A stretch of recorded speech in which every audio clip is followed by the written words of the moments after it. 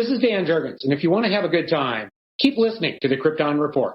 Jason J. Lewis, the voice of Superman on Justice League Action, and you're listening to the Krypton Report. Hi, this is David Patrick Wilson. I played Superman, Clark Kent, in the television production of It's a Bird, It's a Plane, enjoying every minute of being right here on the Krypton Report. Look up in the sky, it's a bird, it's a plane. Welcome to the Krypton Report podcast. I am Tyler, the Superman of Blue, the man of tomorrow, and with me is the Superman of Red, who needs no other introduction, Mr. James Man of Steel Cole. Welcome, James. Hey, Tyler. What a good day. I'll tell you what. We've had to postpone our recordings for a little later this week. I was in a little bit of a fender bender on my van, super van, the Mystery Machine, being worked on. And James had a weird called out, but then not called out for work situation. So I don't know. You know, who knows? But it's been a shifting week. You go with the flow. So we got some news items to go over. And and then we'll get, into this regular episode. But let me go ahead with our the new way I have to do stuff as we are what do you call it? Taking advantage of the free version of StreamYard, just because I feel like since they cut out being able to post on X, I feel like it just kind of diminished some of the value of StreamYard. So, and there's my children, because my children don't know when to go to bed. Hey, buddy. It's okay. It's okay. Yeah, you might hear mine somewhere around, but making noise. Yeah, Solomon's the man, though. He's awesome. Aren't you, pal? Yep. All right, so here we go. First thing up. Wendy's, we got this from a listener after our last fast food discussion, is having some of these type figures. And I've seen Superman and a few other characters too. So, but Wendy's Kid Meals have these right now, these DC figures, which, we had our discussion. Time to crack open the cherry Coke. Listen. It'd be interesting. I seen that they're plain colored, like the ones you sent me earlier were like purple. These look blue. I don't know if they're different or the same. It looks like there's multiple characters there, like 9 characters. Yeah. Selling them that way, so that way you can paint them. Yeah, that's neat. That would be it. That would be an interesting idea. All right, so we're going to Wendy's. All right, so next up, and these are in no order, so just be prepared, people, for whatever pops up. This is James Gunn. Thank you so much. Though I don't consider it a trailer, it's more of a sneak peek, I guess. I'm actually just finishing up the next trailer for you all now, and oh boy, am I excited for you to see it. Many people speculate that we're going to see a full trailer on Superman Day. Friday. Superman Day will be Friday the 18th. Yeah, that's exciting. That's that would be the perfect day to drop it, honestly. I mean, it would be. And like we were talking about before, is the last thing was an extended. It was just the trailer extended. It was the same trailer with a little bit different music. And more of a it was an extended. Yeah, it was just an extended preview trailer. Showed more of an extended scene, and then mostly the same trailer we saw from before. So let's see here. There's a better shot of the upcoming Hallmark ornament that I'll be purchasing this year. That will be on our tree. What a beautiful thing! I'll be buying it from Kohl's because that's where I get all my Hallmark stuff. Ooh, well, that's good. I'll have to. I was just looking into that, so yeah. Kohl's.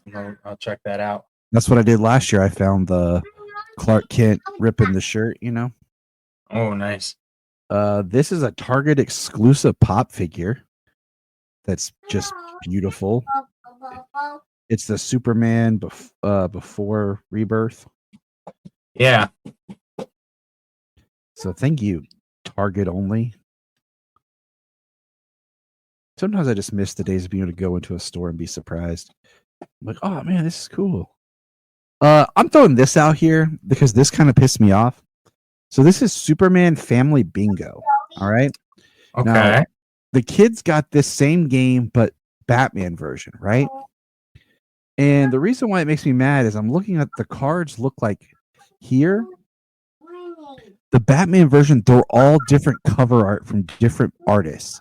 So you have like the cover by Jock, the covers by Fabot, the covers by Jim Lee, covers by why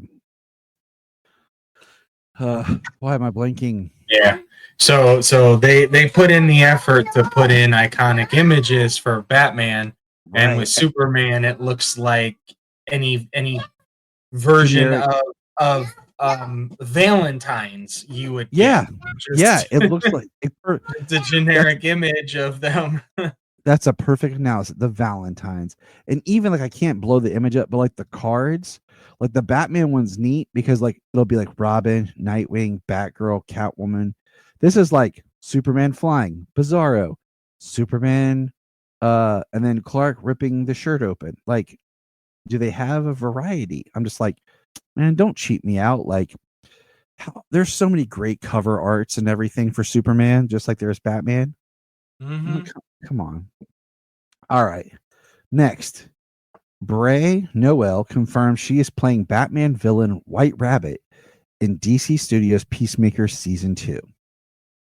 I'm not familiar with this actress, but White Rabbit will be coming to Peacemaker. And speaking of Peacemaker, Peacemaker Season 2 will premiere on August 21st on Max. Nice. So we'll be looking forward to that, and that we'll kind of discuss on that, because how it's supposed to tie in to everything. David Cornsweat says that Krypto's appearance in Superman is sort of a foster situation. Superman is taking care of this dog, but Krypto is like the worst dog in the world with superpowers. So he's always destroying the fortress and hunting wildlife. Oh man. What I've heard is that Krypto is actually Supergirl's dog, and he's watching it for her. So we'll see. You know what I'm saying? Okay. Well, as of late in the comics, there were some adventures that Supergirl and Krypto shared. Not saying that he is her dog, but that's just more recent in the comics. And I'm thinking in Woman of Tomorrow, Krypto's there. We have this awesome life-size statue that was featured at CinemaCon, I believe. But this just looks awesome. Yeah. So that's dope. And let's see. We got these from Entertainment Weekly and Collider. I mean, it's just a picture of James Gunn with David and Nicholas Holt's butt. So yeah. But it looks good as West behind. Yeah, I've actually seen that picture. Yeah, that picture like that. With a close up of Cornsweat standing or posed next to a picture of Christopher Reeve in the same pose, holding his hands, his hand by the wrist, kind of a deal. Yeah, kind of just same standing pose. Is like, it looks good. So Nicholas Holtz, just for reference, is 6'3". Okay, where David is 6'4", so it's not that much of a height difference, you know. Yeah, so I was kind of wondering. That was a perspective shot. You could see David was in the background. Oh yeah, but I mean, like, just, you know, even with perspective, sometimes like how they're going to make him appear. Well, you know, Lex usually isn't depicted as a smaller, skinny guy. Certainly not in the physical stature that Eisenberg was. Right. If they're pulling from All-Star, Lex needs to be physically fit. That was kind of one of his big things in All-Star, was being kind of the idea of the perfect man as human. Now, Absolutely. this is like a leaked footage, or it's been appearing on a lot of toy websites of some of the toys that's going to be coming. We see two McFarlanes, some regular Superman action figures. You can't see what this big McFarlane statue is, but I can make out a boot. then a big pop, another Funko Pop. Looks like the 12-inch figure here, and then like a regular play set with Mr. Terrific, Superman, Metamorpho, maybe. yeah, Metamorpho and somebody else. And then here's a better shot of just the McFarlane Superman. So I think it's pretty sweet. So Yeah. I'd definitely like a David McFarlane figure. oh, I can't wait. They were on it for the movies there for the last run of movies that were coming out. They were starting to make some things from each of them, but they really squandered it the last year.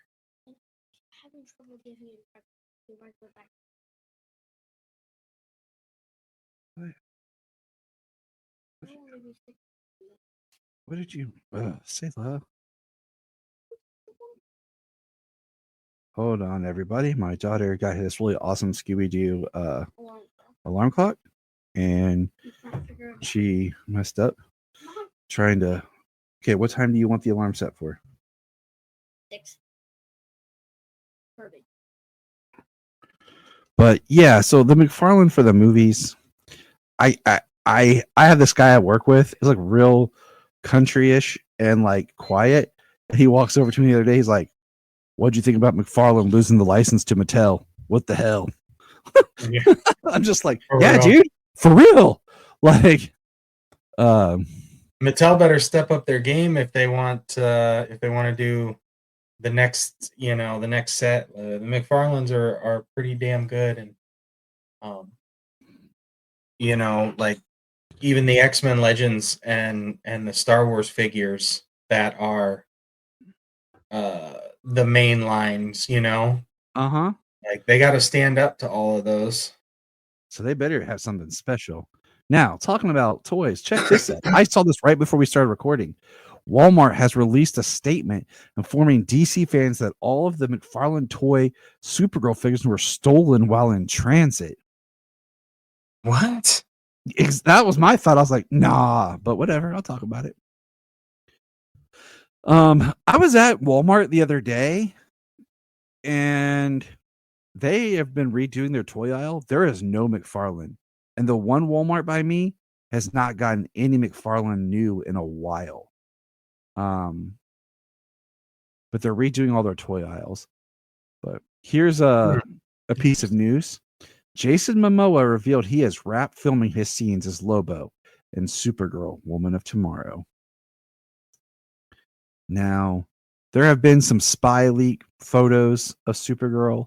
We're not going to share those or talk about those just because they're really crappy, but we want to see official releases, Yeah. Jason tried to give a quick shot of of himself as Lobo, kind of like on the Minecraft promotion tour, and he got told no. Nice. Yeah. And then the last things I found this, and it made Brian frustrated. So it says, why Superman is better than Batman. Accepts his parents' an entire race dying and doesn't let it get him down. Batman. Can't get over 2 parents dying. Superman. Raised from humble beginnings. Batman. Raised in extreme wealth and privilege. Superman. Worked hard to earn a degree and hold down a job. Batman. Got his position as Wayne Enterprise through nepotism. Superman. Tons of powers. Batman. No powers. Superman. Biggest enemy is the wealthiest, smartest person on the planet. Batman. Biggest enemy is a mean clown. All right. I didn't write it. Okay. So you can't be mad at me, people. But I just thought it was funny. But that's really all I have for like news. There hasn't been a whole lot. I've just kind of been collecting the little things that I find like that. I will share this. Walmart did have 2 new kids Superman t-shirts. And I got them for the kids for their Easter. So they're really cool. I have to take a picture of them. They're put away, but it's pretty sweet. But all right. So, time to get into the episode. Today we are basically just doing from 1999/2000 Superman Y2K. James, man, do you remember Y2K? Guys, we're just I do remember Y2K. It was an interesting time. Thinking, computers and things like that might shut down at the stroke of midnight, and all this kind of crazy stuff that people were saying was going to happen around Y2K. Were you concerned? Were you prepping? No, wasn't really. Me neither. I was young. I was just like, whatever, bring it on. Yeah. Got that little worry in the back of your head because everything, but you're a kid. I'm 14. So. I'm 14. Yeah. What do I care? Right. I just remember Y2K like that year. It's the first time I went to a New Year's type party with some friends hanging out in the basement. It was really cool, chill, nothing really big, but it was just like, yeah, rolling the end of the world right here. Right. Like if this is where I'm gonna be at the end of the world, I'm happy. Yeah. It's like, all right, let's do this. But yeah, so it's just funny. It's really poignant reading this story now with everything that had been going on with Superman in the last run of books, Mm-hmm. This is a very okay. Has you read this before? No, I have not. So this is a very interesting story. But let me try to summarize it here. Basically, it's Y2K, New Year's Eve. Lex is throwing a big party, and Brainiac emerges and takes over, and then basically creates a new version of Brainiac. It's like Brainiac, like version 2.0 or something. I forget what version he kind of said his predecessor was. It's weird because. Well, I think the one that he's saying is actually the one that we're seeing that's attacking is actually Brainiac 13. Yep. From the future. It's crazy because like the way they did it in the comics is they did like a computer generated 3D effect. So once he emerges, that's what he looks like. Do you remember the TV show Reboot? Like I was going to say it looks like Reboot was put into our comic book. Yeah. Bob, look. Incoming game. Reboot. That was a dope show. Yeah, it looked like any one of those shows that took place in a computer generated world back on, Fox's Saturday morning cartoons. So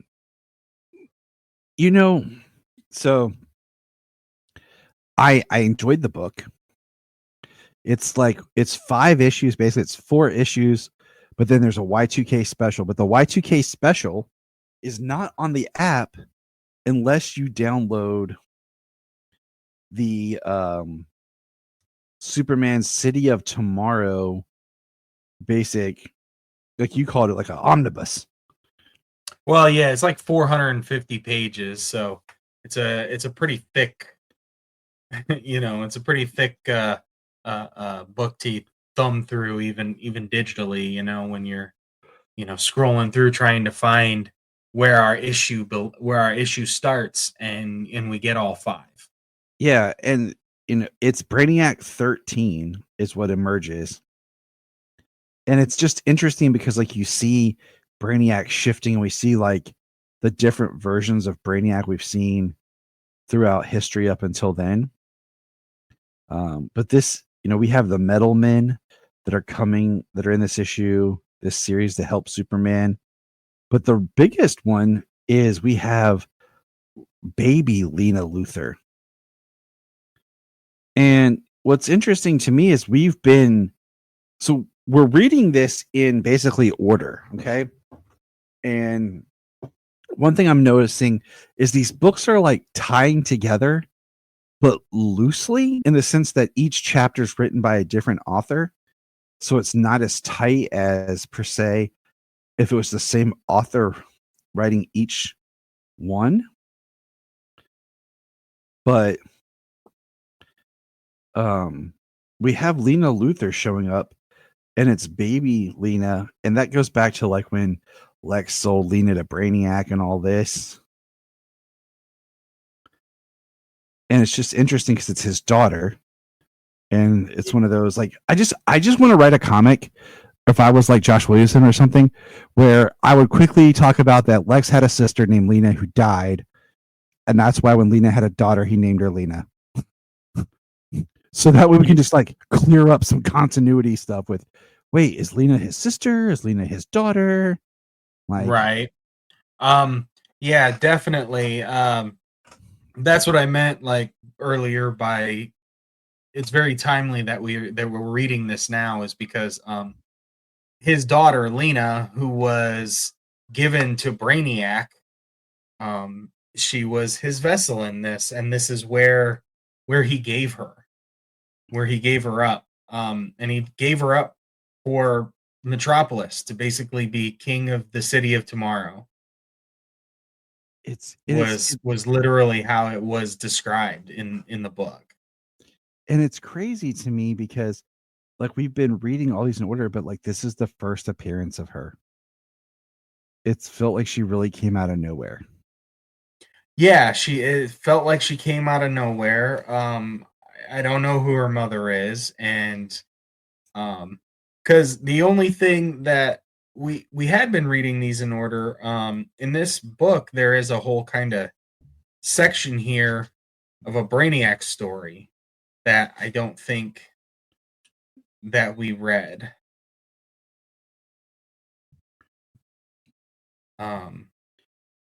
So issues that end just before the Y2K, because like we had just read the Christmas stuff, and then there was something else in this trade. I didn't know if we were. That's the Y2K special. Oh, is it? That seems pretty long. Yeah, it is. Oh, okay. I didn't read that. I started on that. Yeah, I got confused too, like because of how it was laid out. I started on that one with the cover with Ed McGuinness, the one I had asked you about. Yeah, because I looked up the issue number that you had given me, and that's the cover that I got. So, and that's what I thought it was till I got into this, and I was like, oh, yeah, that's the Y2K Brainiac, like where it shows him making the thing, and like Lena just appears in it, like she's been there, and we see Lex like rescue her from, because Metropolis is under attack, and basically Brainiac is digitizing Metropolis. Okay, and I don't exactly know what that means, but you know, he's digitizing Metropolis. And yeah, well, as Jimmy described it later, he was changing everything into conduits to basically try and create it as a circuit board connecting him to everything. And I mean, it's an interesting book and concept, but at the same time, like I feel like it could have been, I don't want to say better, but just like the idea of the Y2K and Brainiac being behind it would have been a little bit more interesting if they would have. Well, I'm really going to have to go back and read the middle portion of this trade, because we've read the entire beginning, and now I've read the end, the last 5 issues. Now I got to really read that middle bit there just to see, just to complete that and get in there. What did you think? Because Brainiac seems like the perfect villain, honestly, to talk about a Y2K type scare Y2K story, you know? Yeah, he is. And I just think that it could have been a little bit more, I don't know, just like what would really happen if instead of like digitizing Metropolis, what would happen if Brainiac was just shutting down our computers? Right. What did you He think did. of the? I mean, so everything I read, it seemed pretty complete to me. I mean, except for the fact that, and you said like in those issues that I read, Lena's just there, like no Yeah. kind of explanation of who her mom is or where Nope. Lena No. came from at all. Yep. So No explanation. yeah, so it's the same exact thing, just in the issues that I read. My question is, what do you think of the reemergence of Electric Blue? I mean, I guess it made a sense in a way. Trying to digitize Superman, and that had been something he had been before. An So, energy being. so they go to digitize Superman, but he is rescued and placed in a special chamber, and they basically, from his memory, create the electric version to trick Brainiac, so that the electric version isn't really Superman, but is out there acting as Superman until they can find some way to release the real Superman. Because he had fought Metallo, and I was like, wow, that's cool. Electric Blue is back, and then you find out, no, he's not. He's trying to stop the train. Yeah. I mean, it was interesting. I just felt, because the way that it went with the digitizing standard, the way that things were being changed at a like a molecular level, being connected and corrupted and things like that. That when he tried to take Superman's body, even though they were able to rescue and preserve the body, that the consciousness was able to become that being once again. You know? I thought it was cool, just because it was cool. I do have a connection to that Superman, from when I was younger. So it's kind of why cool. They would have split him off into the red and like, boom. Right. It would have boom, red and blue. Yep. I mean, the Brainiac was taking over the entire. They were talking about the entirety of Metropolis, but then they were saying that the world was connected. Like Brainiac got pretty large and in control of the planet at this point. So I think it would have been fine to have two versions of Superman fighting Brainiac on multiple fronts before they merged it back into the physical body, and boom, that would have been dope. I agree. We see John Henry Irons fighting at Steelworks because Brainiac's taking over any kind of mechanized suits or anything like we saw. That's why the Metal Men were actually faking that they were under Brainiac's control. We see the Eradicator show back up, and they fight with like a giant mech-looking thing. And then Lex comes out with his new Lexo suit that was using Kryptonian tech. And then Baby Lena talks. And yeah, that was pretty crazy. Yeah, possessed by the like current timeline Brainiac. Yep. As a vessel. So that was pretty crazy. Yeah. Brainiac wasn't able to assimilate Kryptonian technology. The Fortress, Eradicator, Kellex, or the battle suit, or the Kryptonian war suit. Which I think is neat, because that's why I like, he wasn't created on Krypton like in the animated series. Yeah. You know? That's really interesting. It is really cool. I do like the idea that Krypton was such an ancient race and such a scientifically advanced race, that even what we assume to be one of the most advanced and smartest beings in the DC universe, being Brainiac, not being able to assimilate and control Kryptonian technology. So it's interesting that it's beyond him, even if he has like the city Kandor, but it's like Kryptonian technology is beyond him, but that one shrinking technology, that shrinking and bottling technology was different and beyond the science of Krypton. You know?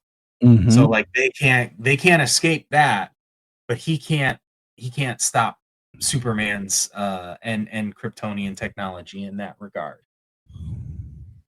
It's very interesting. So yeah. I just feel like yeah.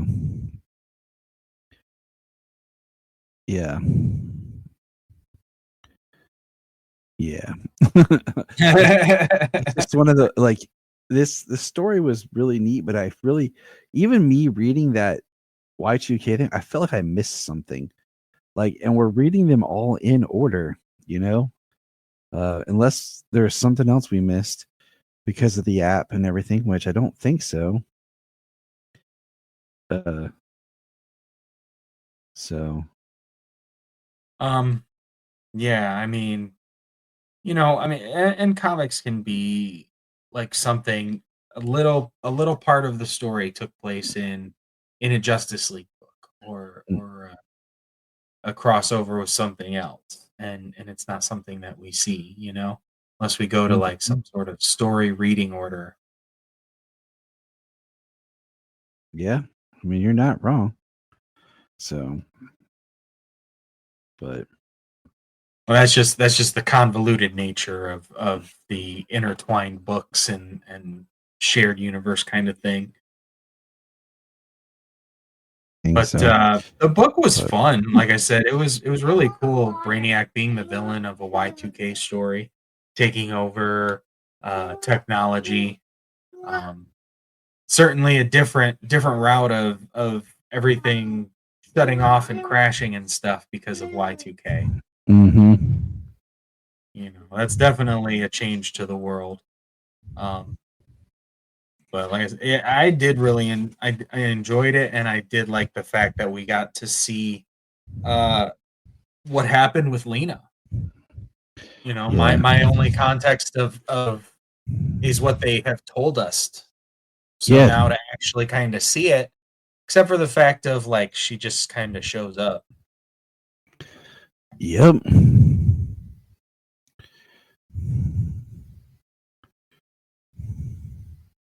So,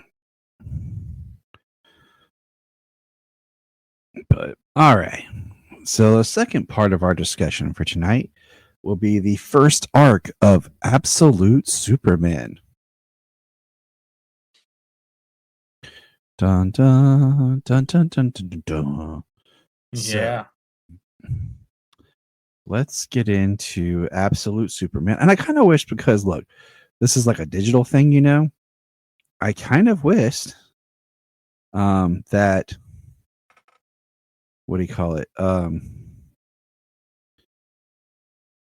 They would just go ahead and group them, almost like, instead of the individual issues, they just go ahead and group them together. Do like a trade of the first arc. Yeah. So, because the first arc is 5 issues, which is interesting because a lot of times in the past it's been like 6 issues, but this is 5. Yeah. But before we dive into it, what is your overall thought on? Now after reading the whole opening arc, I really enjoyed it, and it was very much a world building arc. There wasn't a single primary antagonist or villain to beat and stop.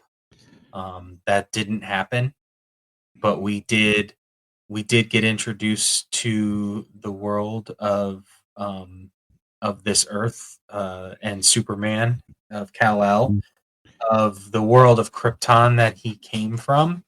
We spent a lot of time back on what this Krypton is. Oh yeah, I think we probably spent more time on Krypton than we did on Earth. And it makes sense, for this first arc. I thought it was really good. It's really cool to see a different take on Kal-El growing up on Krypton. Mm-hmm. Him knowing and remembering Krypton, him experiencing the loss of his planet and everyone. Once we get to the finale, we can discuss how that went down. But and just the life that was Krypton, and then the different ways they use things like Brainiac and Lazarus and Peacemakers, Lois, and Peacemaker in himself, Christopher Smith. Yep. Peace. Yeah. All right. So let's I get the first arc. I really like Absolute Superman. This book, it feels like Superman, but if this was like main continuity, it'd be like, ooh. But being what it is, this works great. I reread all 5 issues. We talked about the first issue before, but let's get back into it. We'll redo them now. Okay. So the first issue, I wish there was like a button on the app where you could just hit like refresh, and Yeah. it would take you back to the beginning of the comic. But okay, Absolute Superman by Jason Aaron, art by Rafa Sandoval. Years ago, 9 million light years from Earth. So what we learn is the Science Guild is like the ruling body high above the best part of Krypton, and they're all wear the symbol. It's very much more like the original comics Kryptonian look. Kind of similar to what we saw in the George Reeves show, the Kirk Allen serial. Those past iterations.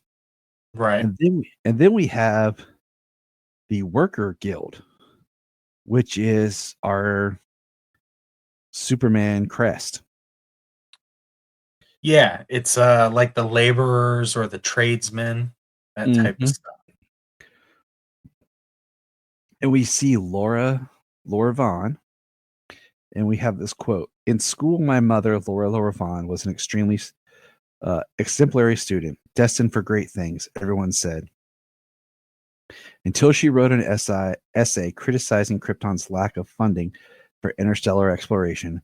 For this, she was labeled unruly and forbidden from ever applying to the Science Academy.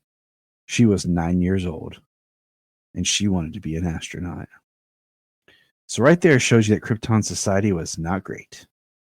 And then we see like the labor guild is like janitors and servants.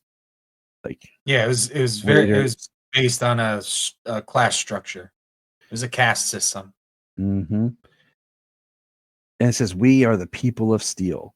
And then we see them going. We see 3 laborers going into the Sunstone mines. And of course, it's headed up by Jor-El. And then here we have come another guild. Where is it here? Where is it? Look, it says, take a good long look at my chest, then have a glance down at yours. Now go march yourself upstairs and tell those diggers that the League of Middle Management said to get their sorry skin sacks back to work. The League of Middle Management. Come on. Yeah. That's hilarious. Oh, well, you know what? That's what they need. Sense of power, sense of somebody else to hate, somebody else to step on. But I like this. My father, Jarrell, was set to graduate the Science Academy with impeccable marks. A highly ranking position in the ruling class awaited him. At his graduation ceremony, he gave a speech condemning what he saw as the Science League's environmental recklessness. Their pillaging of Krypton's natural resources was endangering the planet, he warned. Without drastic reform, could someday lead to global catastrophe. My father was laughed out of his graduation, out of his position in the league, out of his life as he knew it. But he was right. So right there we have the L's standing up for what they believe and being cast to the lowest class because they stood up against the establishment. Yep. All right. So it's like, yeah. Yeah, absolutely. And as we proceed, she becomes one of the foremost engineers, basically, of the labor guild. Everybody comes to her, and Jor-El is basically one of the foremost geological surveyors and everything. So I like that. Like, I like everything about this. We're now in Brazil, modern day, and these mines, they're making these people go in these mines and work the Lazarus Company, but they're unsafe. They tell them to go get the diamonds, and when they get down there, all the stuff is already mined and made into diamonds. So then all they have to do is push their carts back up. And we see the previous night, one of the workers ran into this person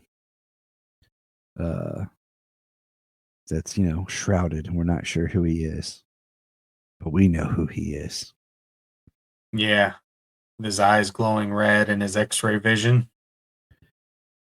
And then we see the peacemakers are out doing their searches and everything. But we see him in some sort of like fetal position. It says solar charging suspended, waking up procedure. And we hear Kal-El, and then he goes flying out of where he's rejuvenating, and we punches one of the peacemakers. And we see him like just standing there with the glowing boots and glowing gold like on his wrist. Now this is a McFarlane figure we need. Oh, for sure. But we keep seeing his voice keeps talking to him. And then we're not sure who it is, but we see him basically go, what would you call it? Not like supernova, but he basically heat blast. Yeah, I mean, well, he goes really fast. He goes really fast. You see his suit light up, and he kind of weaves in and out of everybody.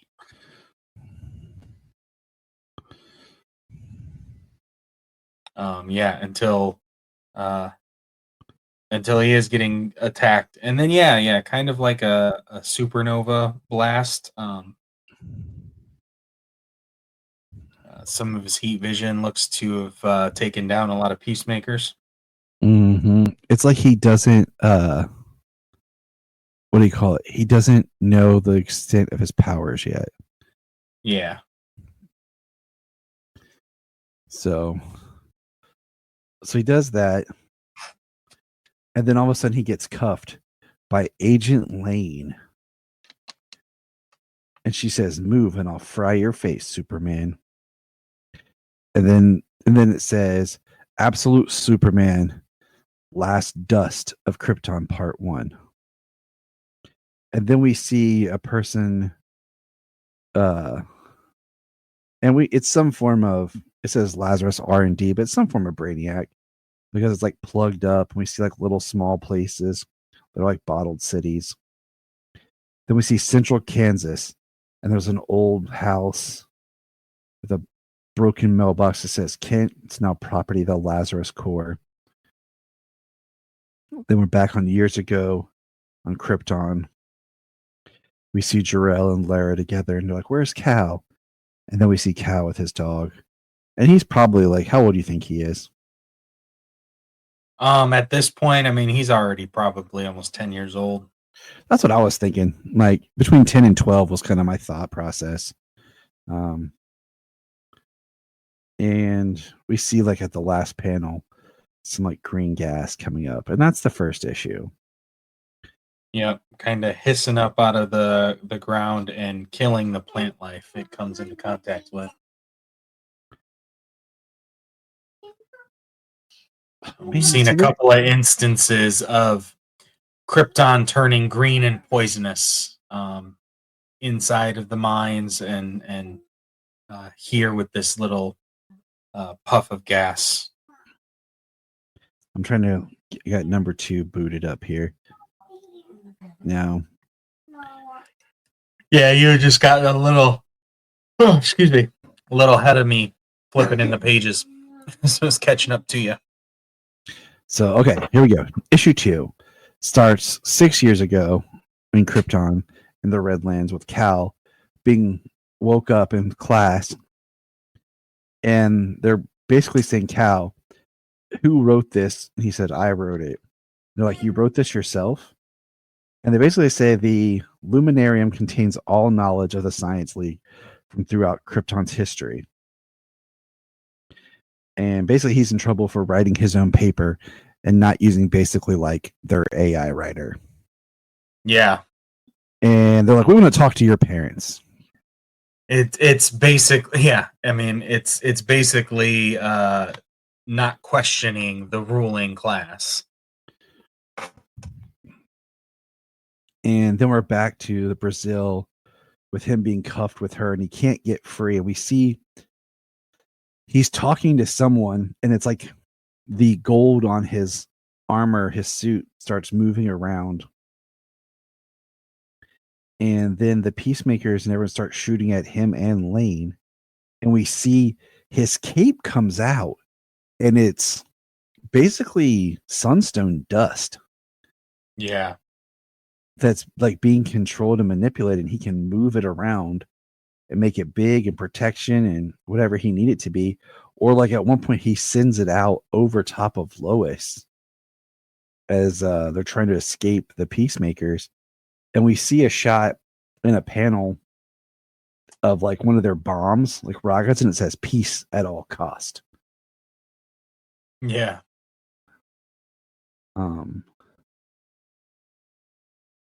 And you know, the majority of this is the him trying dust to get, even takes the blast of those missiles and protects Lois. right. The majority of this is him trying to get the cuffs away from Lois, because everything he does, they're special, you know, handcuffs, which I still think he could have got out of it, but whatever. Lazarus tech. We'll probably find out more, but you know. Yeah. Well, we see that, you know, Brainiac, you know, what we saw at the end of that issue. Exactly. Guy green with a brain kind of sticking out, connected with bottled cities. I mean, pretty obvious there, kind of what we're dealing with in at least some sort of familiar way. But yeah, it's trying to interface and get those cuffs undone from them. Like he's not trying to rip her arm off just to get rid of the cuffs. And then we see like he expands the dust of the cape dust around Lois, himself, and a bunch of people as he tries to get them free from Lazarus. And then he uses his freeze breath, which was nice. Excuse you. No, And then eventually the cuffs come off. Yep. The cuffs get released. And he takes off, and we see Lois being interviewed basically by trying to communicate. And it's basically talking to an algorithm. She says, "Damn it, you're not listening, stupid computer." Yeah, it's the Brainiac algorithm. It says the Brainiac algorithm thanks you. It says, "Agent advises termination, so noted." What you said. And then she goes and she starts writing the report herself.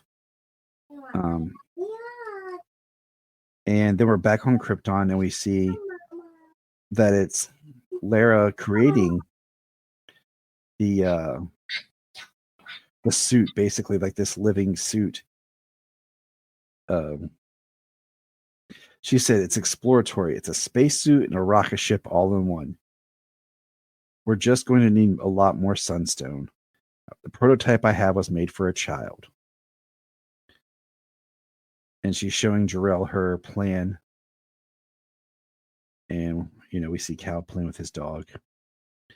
And then we cut back. We see Lazarus means death. Join the Omega Men. And then we see it written by Lois Lane. And then here's what you were talking about, where we see Christopher Smith, the Peacemaker, just blowing some people away, teaching them that peace has a price.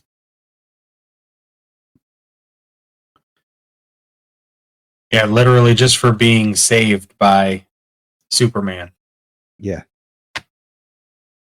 Then we get into issue 3, which issue 3 has one of my favorite parts of every issue. And this one's more set on Krypton because we see more of just the kids on Krypton.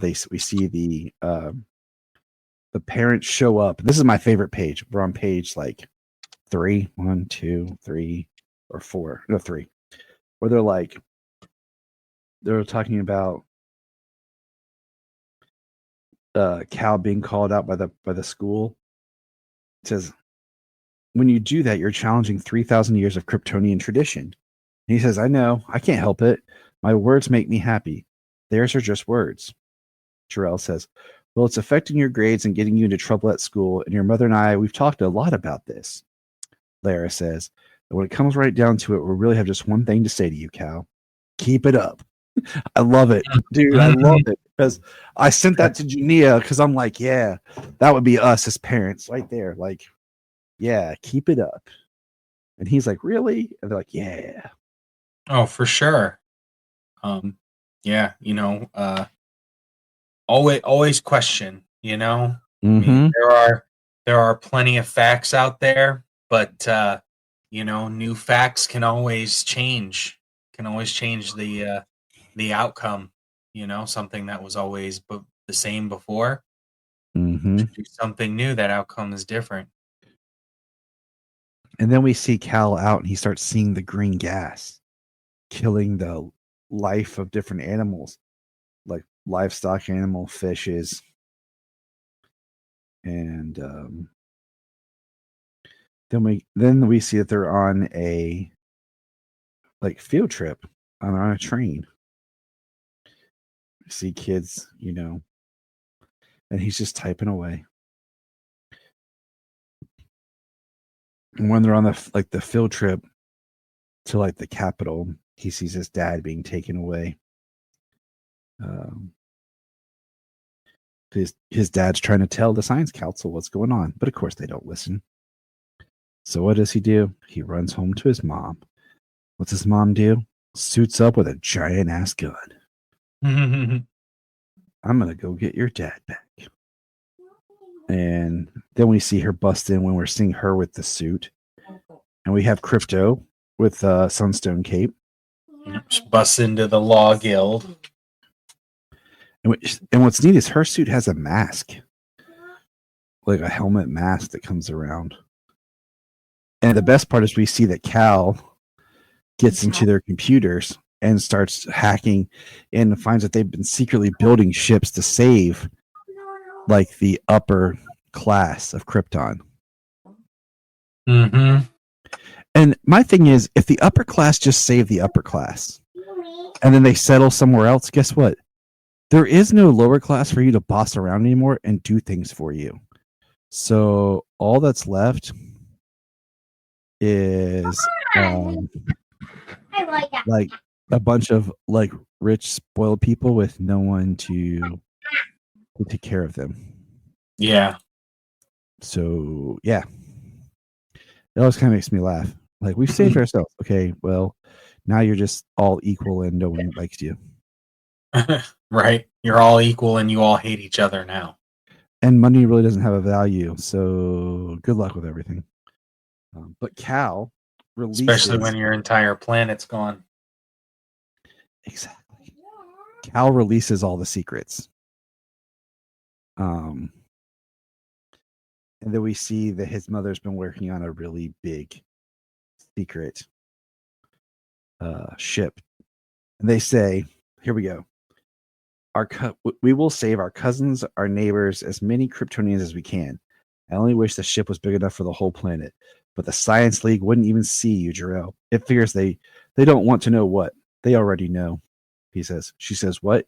They've been secretly building ships, pouring their resources they have into it. The upper class off-world, only the upper class. And it says they don't want anyone else to know that the whole entire planet's going to go. Where are you seeing this? The story's everywhere, all over the Luminarium. It went live just a short time ago, uploaded directly from the General Law Office of the Guild of Kandor. Then they look at Cal. And he's like, yeah.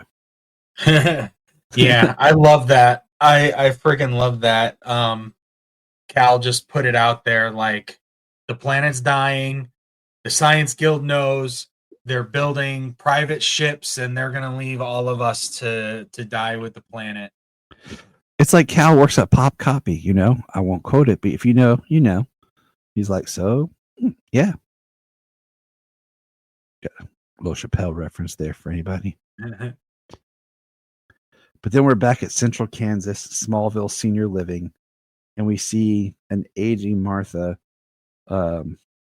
yelling, and they're like, she keeps withering away day after day. She's never stops asking for her son. We have tried contacting next to kin. That's the thing. She doesn't have any. And according to her records, she never had any children. And she's just saying, Angel, where did you go? Fly back to me. We see a picture of like her, Jonathan, and Clark. And then we cut back to, oh wait, the page. Man, stupid app. Yeah, I'm still wondering about that. It rebooted the I got to the last page and it rebooted the issue. Took me back to the beginning. I was like, wait, something's weird. Sounds like there's a lot more problems with the app on Apple. I don't seem to have nearly as many problems as you do on my Samsung tablet. Well, you know what? I'm going to test that theory of yours. I need to log in on something else. All right. Issue 4 has a dope cover. And I like this issue because it's all these people being interviewed. And they're all telling their stories about the man who saved them. Yeah. From India, Botswana, Brazil, Belarus, Mexico, Vietnam, South Africa, United States, Egypt. He's been on every continent. And then we see a peacemaker getting beat up. And then we see that it's by Agent Lane. And then and I like the people being, and we see, I like the people that are being interviewed, like you said, and we see her father's trying to call her. And he has no legs. And he has cybernetic legs made from the Lazarus Company.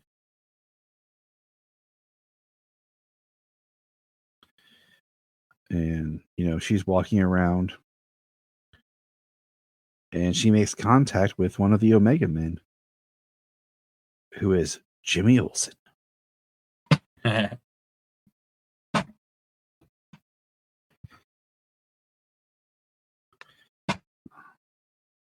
But there's a lot of Lois in this issue.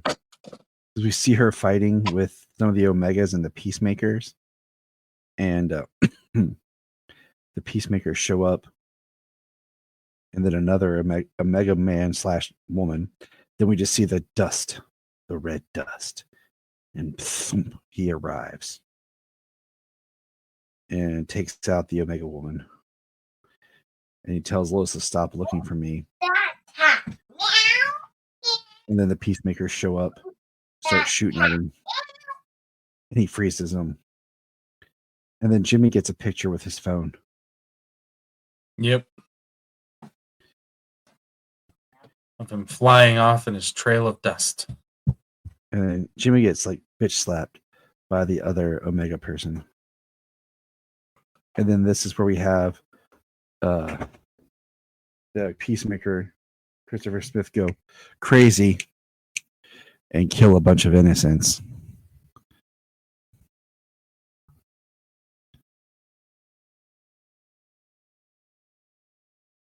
So, Yep. but what'd you think of this issue? I thought it was interesting. I mean, we got our introduction of Jimmy. There's all kinds of character beats, character similarities, to their mainline continuity universe counterparts. But I mean, for as it goes, I mean, I'm not sure how much the Omega Men play into it just yet. We're gonna see more Peacemakers. We're gonna see more Lazarus Corps. So we'll probably see more Omega Men as a form of resistance. And then the final issue of this arc, issue 5. And that was a good issue of like you said, world building, but there wasn't a lot of Superman in it. But I'm not complaining. Yeah, I mean, I like him showing up, saying, stop looking for me. So we have Krypton 6 years ago. And we see Jor-El fighting. I almost said the Peacemakers, but no. If you look at their chest, it's like the normal Zod symbol. Yeah. Zod symbols the Law Guild. Yeah. Kind of makes sense along the lines of the military. But we see where like the planet's just fighting itself because everyone's trying to get off that can. And we see the ship, the Lara had made, and we see all the people coming from their guild getting in it, and Cal's like seeing the green, and then it's then cut back to Earth with the Peacemaker outpost, and all we see are tanks and a lot of red dust. Yeah. Seems like the red dust is throwing the tanks around. And like we have him, he says, where is it? Where's his first line? He isn't here. Where is he, Soul? And Soul is the name of his suit. Yes. We didn't say that earlier. Like it's like a computer living thing. And Superman says, Christopher Smith, he murdered 23 innocent people. Where is Lazarus hiding him? Where is he? And the Peacemaker is like screaming, please don't kill me. And he just keeps punching through, going everywhere to find Smith. And then we're back and we see like all the other people putting on the suits that Lara had created. We see Cal and Crypto. Yeah, let the ship bond with you and become your spacesuit. Every part of the vessel is a whole in and of itself. So we'll all be safe once we take off. It's a really neat concept. Yeah. And then the floor or the ground starts to disappear, and Crypto saves Cal because he hasn't bonded yet.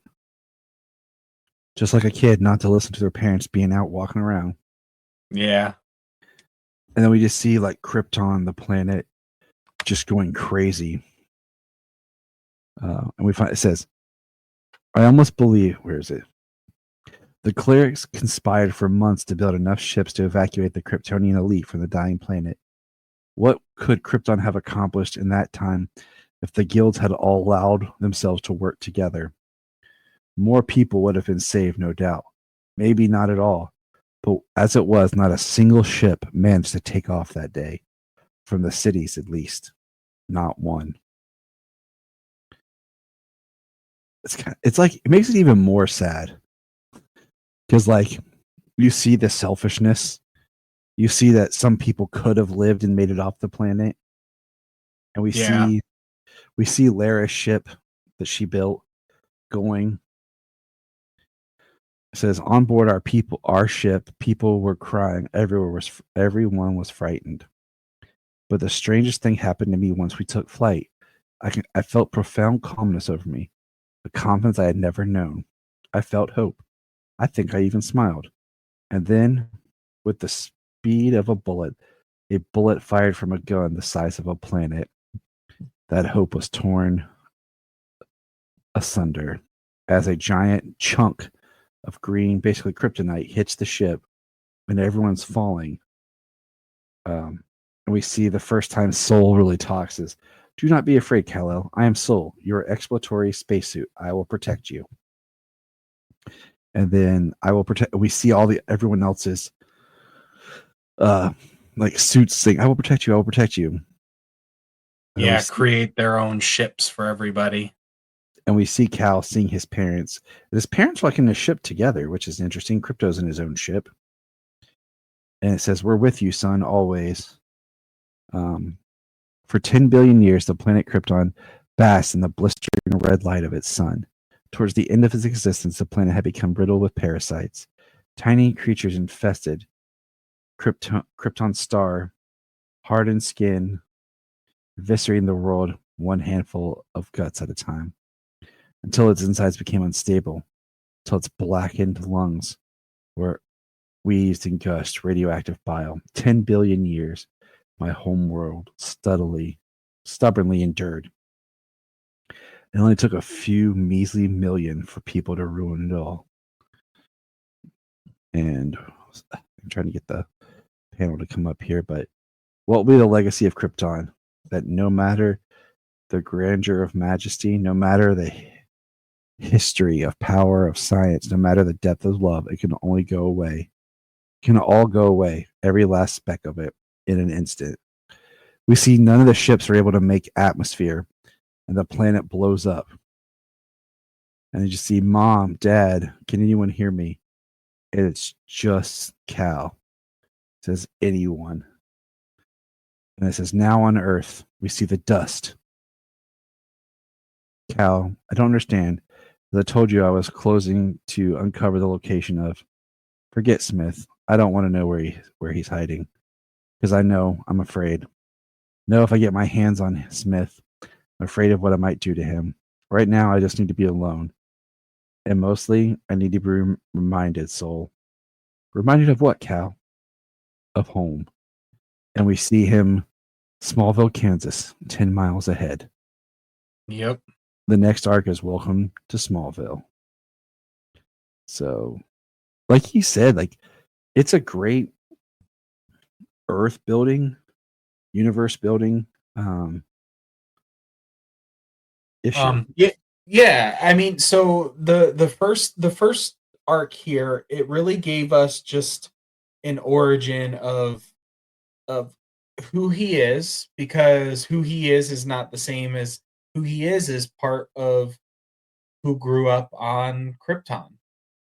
So we got to see who he is, where he came from on a very different Krypton. We get to see who he is now, and kind of how the world is, and the things that he does for the world. His suit, and clearly he has a connection to Smallville.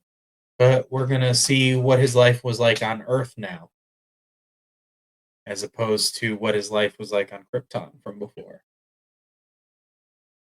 It's going to be interesting. I like it. Like I have out of all the absolutes so far, I like this one the most. I haven't read Martian Manhunter or The Flash yet because they're not on the app yet. I like Wonder Woman second and Batman the least. Yeah. Because I just Batman, like it's Scott Snyder, and I love Scott Snyder, but I don't know. It just feels like he's just some mega hulking Batman. I don't know. I'm not connecting with it. It's like he's just trying to be too BA. Like I don't know. It's like Frank Miller's Batman on steroids. Right. It's interesting. There were some things I liked about it and some other things that I didn't. It's like he's a young, powerful Batman, and he's really good, but he's got a lot to learn. Yes, I just haven't like clicked with it yet, so I don't know. But I really like the Superman. Yeah, the Superman is really good. I burned through the final issue here. So I really like this book, and I cannot wait to read more of it. So I recommend everyone check out Absolute Superman. It's the best way to like do like it's not like it's an Elseworld, yes, but I don't know, but it still feels like Superman. Enough's different, but enough still relevant. Yeah. I think that's probably my thing with so far with like Absolute Batman is I don't feel like enough to feel like it's Batman. It feels really kind of different. Yeah. Superman is incredibly relevant right now. In some different ways. I mean, ultimately, really, kind of sad, but it's pretty relevant in some different ways. At least this first arc. So I really enjoyed it. I am looking forward to seeing what we get from the Absolute Universe. This is Darkseid's universe. We have, and we don't have any sighting or anything else Darkseid. I mean, we got that one thing of Booster. Seeing the Omega symbol, but yep, and we haven't picked up with him yet. Yeah, so we don't know what's going on yet. No Darkseid or anything. We're just kind of living in the world. I'm waiting for Absolute Darkseid to show up. Yeah. Well, I'm waiting for that, but I'm looking forward to reading Absolute Flash and Martian Manhunter. See what we get from those books. Oh, because you're right, Superman is the best so far. Wonder Woman is great. Batman isn't the one I'm jumping on to first, but I'm reading it. Yeah, I'm like, the next arc just started, so I'm like, okay. I'm reading it. It's not hurting me to read it, but it's not the one I'm like, yeah. Mm-hmm.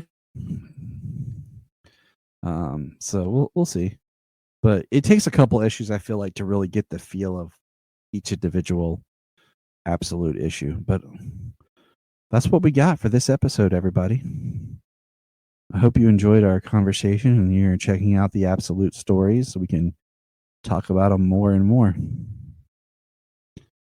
James has a quote here. Something he wanted me to remind everyone. James said, "Next time we talk about Superman and the news in the movie trailer, how about this? It could be showing Superman vulnerable because of the way that people say Superman is boring because he can do anything and be anyone." That was a little quote here by Mr. James Cole. Oh yeah. It was about the fact that we get Superman in that vulnerable state in the preview and in the trailer. It does get to show off Crypto, but Superman is that character they say is boring and nothing can hurt him and stuff. So at least showing him hurt people feel that there are stakes with him. So I just feel like it's probably a decent way of marketing, Mm-hmm. Yep. or an interesting way of presenting marketing for the character. We'll see what we get with the next trailer, Mhm. and kind of get an idea of where they're going with the rest of the marketing as well, because we're 3 months out. We're 3 months out from the movie. As of Friday, we were 90 days. Yep. So good times. Good times. Good time. All right, everybody. I'm Tyler, and this is James frickin' Cole. And we're saying, remember and look up. I am Brian Peters, the creator and host of Gravely Amusing. For the past 30 years, I've studied the history of gods and monsters in pop culture and our world. As a student of theology and history, I've tried to understand evil and its impact on us. As a writer, I've tried to share this knowledge. As a comedian, I've tried to make people laugh as I do it. But as a man-child, I'm still that scared 7-year-old boy. Join me as I share the history of horror and sci-fi, discuss classic and modern pop culture, and share a creepy story or two. This podcast may scare you, it may horrify you, or it may leave you gravely amused. Listen to Gravely Amusing on Apple Podcasts, Spotify, iHeartRadio, and wherever podcasts are found. Follow us on Twitter at gravely_amusing or on TikTok at gravely amusing. Look up in the sky.